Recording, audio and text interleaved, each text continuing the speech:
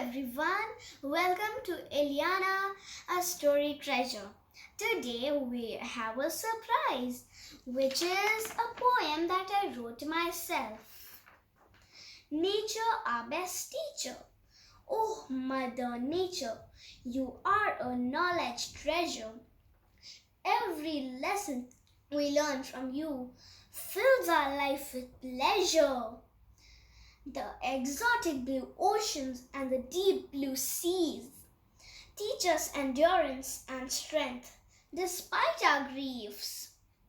The flowers that bloom every day inspire us to smile.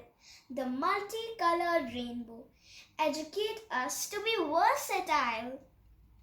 The rain that brings coolness combats the scorching heat, inspires us to be optimistic and dance to every beat. The beautiful birds and butterflies that fly up so high teach us to fulfill our dreams and aim for the sky. Oh, Mother Nature, you indeed are best teacher.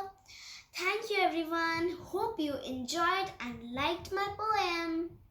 Thank you and bye.